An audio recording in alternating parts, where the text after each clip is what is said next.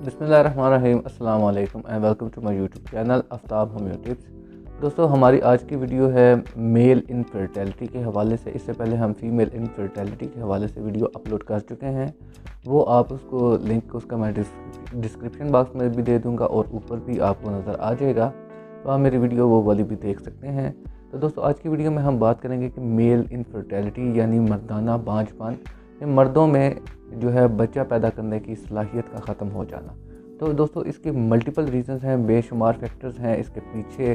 ज़रूरी नहीं सिर्फ ख़वातीन में ही बांझपन हो, मर्दों में भी ये इनएबिलिटी पैदा हो जाती है विद टाइम, और समटाइम्स ये वक्त के साथ होती है ड्यू टू मल्टीपल फैक्टर्स। उसके बारे में बहुत डिटेल से हम एक अलग से वीडियो भी बनाएंगे, लेकिन इस वक्त हम इनफर्टिलिटी के हवाले से जो है टॉपिक उसको कवर कर रहे हैं।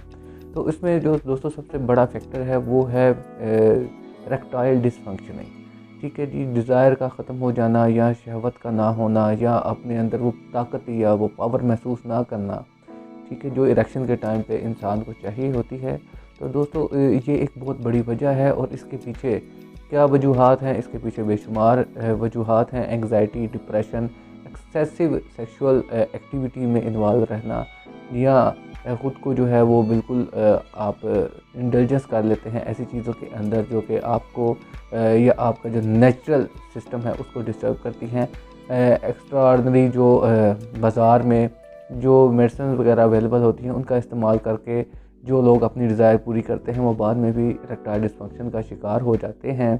और इसके अलावा बहुत से लोग जो हैं वो और जो है वजूहात की बिना पे ब्लड प्रेशर, शुगर, ये चीज़ें भी इरेक्टाइल डिसफंक्शन का वजह बनती हैं। इसके अलावा वक्त के साथ साथ जब एज फैक्टर होता है वो भी इसके अंदर काउंट होता है।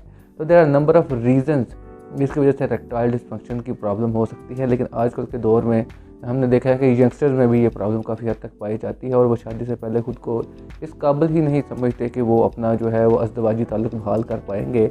तो इसके लिए दोस्तों हम एक डिटेल से बहुत लंबी चौड़ी एक वीडियो है जिसके ऊपर हम काम कर रहे हैं, वो आपके साथ जल्दी शेयर की जाएगी।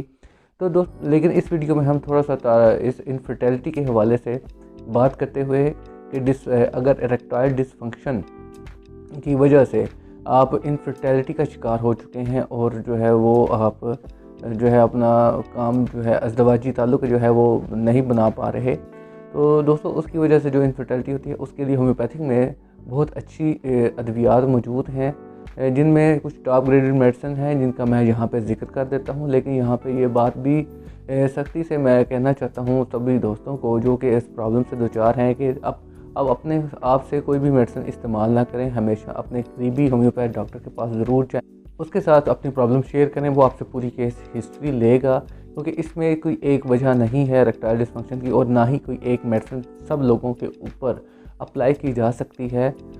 इसलिए इसका जो है प्रॉपर केस हिस्ट्री लेना वो बहुत ज़रूरी है ताकि आपकी प्रॉब्लम को जड़ से ठीक किया जा सके।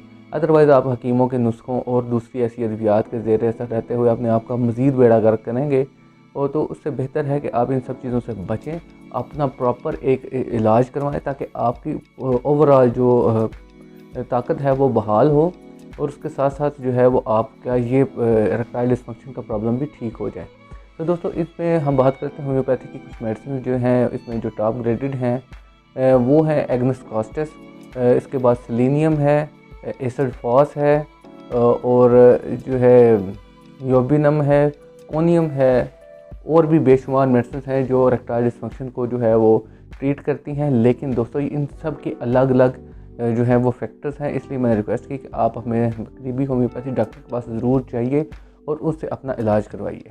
उसके बाद दोस्तों, एक और वजह है जो कि मेल्स में इनफर्टिलिटी का सबब बनती है, वो है लो स्पर्म काउंट, यानी स्पर्म का एक हद से जो है वो कम पैदा होना। अगर 1.5 लाख mm पर मिलीलीटर पैदा होते हैं तो उससे आप जो है वो मर्दाना बांझपन का शिकार हो जाते हैं और आप में वो एबिलिटी ही नहीं है कि वो आप स्पर्म जो है आपका वो फर्टिलाइज़ कर सके एग को।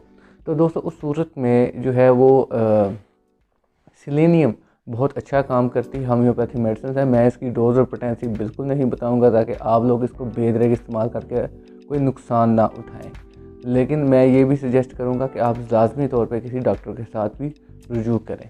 तो सेलेनियम इसमें बहुत अच्छा काम करती है। इसी तरह एक और मेडिसिन है एक्सरे, ये भी बहुत अच्छी होम्योपैथी की मेडिसिन है। सेलेनियम और एक्सरे ये लो स्पर्म काउंट को के साथ डील करती है और ये इरेक्टाइल डिसफंक्शन को भी ठीक करती है और आपकी डिज़ायर को भी बहाल करती हैं, और ताकि आप अपना जो है फंक्शन जो है ह्यूमन फंक्शन जो है वो परफॉर्म कर सकें।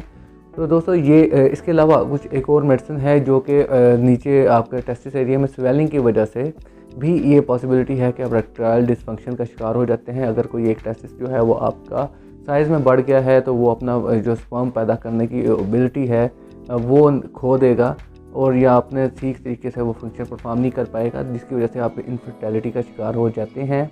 तो ऐसी सूरत में दोस्तों बहुत अच्छी होम्योपैथी की मेडिसिन है कोनियम, ये बहुत अच्छा काम करती है। ये ना सिर्फ स्वेलिंग को ख़त्म करती है बल्कि ये आपके जो नॉर्मल डिज़ायर है उसको बहाल करती है, आपका स्ट्रेस या डिप्रेशन जो है उसको भी दूर करती है।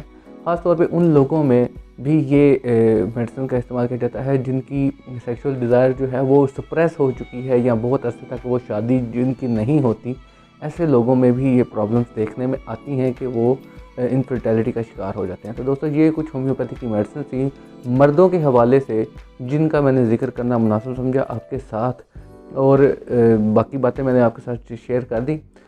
तो दोस्तों उम्मीद है आपको मेरी ये वीडियो पसंद आई होगी।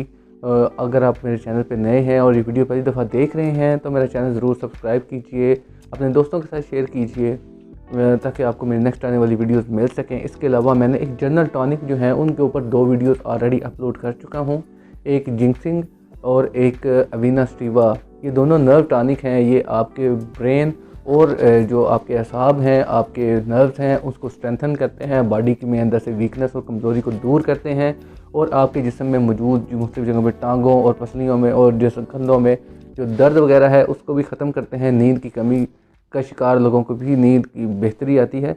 तो दोस्तों उनके बारे में जानने के लिए मेरी वो वीडियोज़ लाजमी आप देखिएगा।